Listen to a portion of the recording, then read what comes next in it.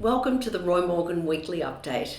This was a good week for the Coalition, with a tightening in federal voting intention and the party winning its first state election on the Australian mainland since 2019. The ALP on 50.5%, down 1.5%, has a narrow lead still over the Coalition on 49.5% on a two-party preferred basis. If a federal election were held now, the result would be too close to call.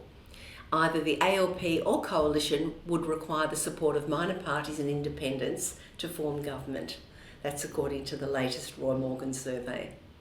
On a state-by-state basis, there were swings to the Coalition in Queensland, New South Wales, South Australia and Tasmania.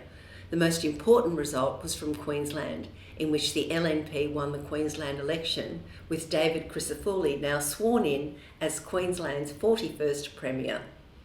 This indicates their fortunes are improving as we head towards next year's federal election. The key takeout was the outer suburban and regional swing to the Coalition. The inner city Brisbane was much more stable. In addition, the Greens performed very poorly and they're struggling to retain the two seats in Queensland that they held prior to the election. This likely reflects the controversy they've created over the past months, opposing housing reforms in Parliament and the CFMEU demonstration. Our qualitative research found people think the Greens have lost their way after so many years with a strong, single-minded environmental platform. So this augurs poorly for the Greens for the next federal election. However, perhaps the most important takeout was the issues, and especially the major issue of cost of living and youth violence. The cost of living issue led to the big swings against the government in outer suburban and regional areas of Queensland, where people are suffering the most from high inflation and interest rates. Cost of living represents the biggest challenge and opportunity for both the Coalition and the Albanese government to exploit, leading into the federal election. Other indicators, government confidence, whether people think the country's going in the right or wrong direction, dropped 3.5 points to only 77. That's well below the neutral level of 100. And that's because fewer Australians said the country's going in the right direction. 30%, down 3.5%. A majority, 53%, still say the country's going in the wrong direction.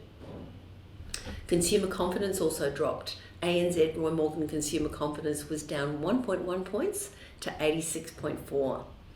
As we head into the most important retailing period of the year, the pre-Christmas and Black Friday period, there was a slight softening in indicators related to both personal finance and whether now is a good time or a bad time to buy major household items. Despite the drop, consumer confidence has now spent 2 weeks above 85 for the first time since January 2023. ANZ Roy Morgan inflation expectations were virtually unchanged this week, up 0.1%. So Australians are now expecting annual inflation to be 4.6% over the next 2 years.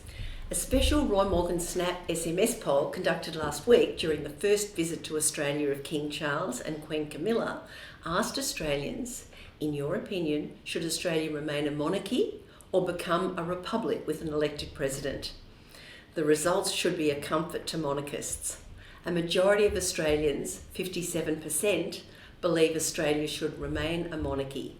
Now that's down 3% since September 2022, just after the Queen died, while 43% say Australia should become a republic with an elected president.